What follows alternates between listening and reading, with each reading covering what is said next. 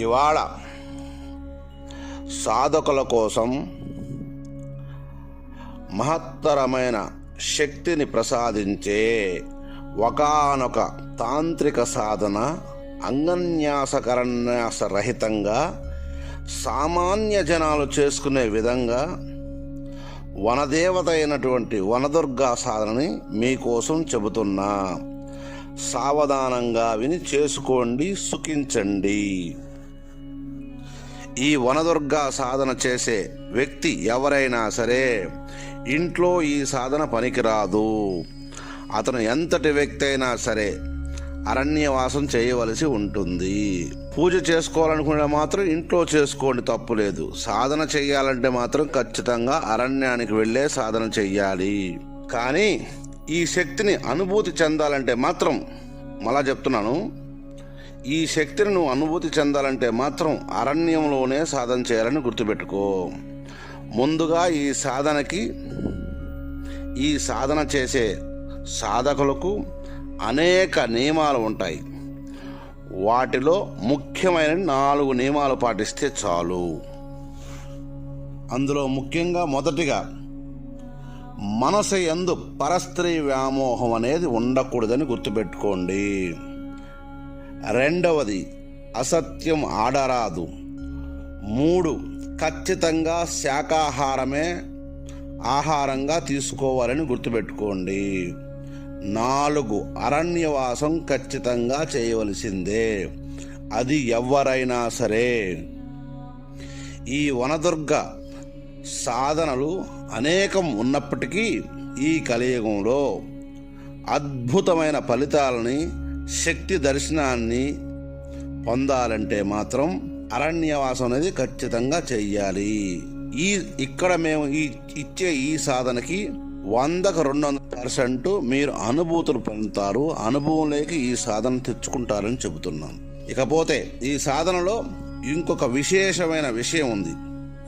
అదేంటంటే, ఒకవేళ మీ ఒక్కరే చెయ్యాలి అనుకుని భయపడుతుంటే ఒక 5-6 మంది కావచ్చు, 10 మంది కావచ్చు, సమూహంగా కూడా ఈ సాధన చెయ్యొచ్చు. అలా చేసిన ఎడల, ఇలా సమూహంగా చేసిన ఎడల అనేకమైన శక్తి దర్శనాలు పొందుతారు సాధకులు అందరూ.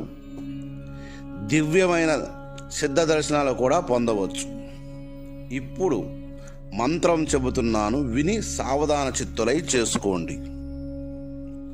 మంత్రం చెబుతున్నాను, వినండి. హ్రీం క్లోం క్షోం వనసంచారిణి ఐం ఓం క్షం సర్పశయనే సహం వం లోం ధం ఋషిజననాయకీ హ్రీం హం సిద్ధిం కురు స్వాహ అనే ఈ మంత్రాన్ని ఈ సాధన చేయాలనుకునే సాధకుడు ప్రతిరోజు 2222 ఖచ్చితంగా ఈ మంత్ర జపం చెయ్యాలి.